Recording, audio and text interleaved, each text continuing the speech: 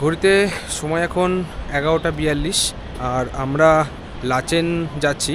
তো লাচেন যাওয়ার পথে এরকম একটা ব্রিজের পরে আমাদের দাঁড় হলো 10 মিনিটের জন্য। জায়গাটার নাম হচ্ছে লাবি বাগচা বলে কোনো একটা জায়গা হবে। তো তার আশেপাশের ভিউটা হচ্ছে এরকম।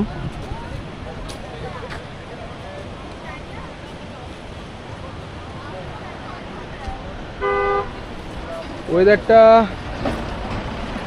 মোটামুটি ঠিক আছে, বাট পরে কেমন কি থাকবে জানি না। নিচে দিয়ে একটা ছোট্ট নদী বয়ে যাচ্ছে।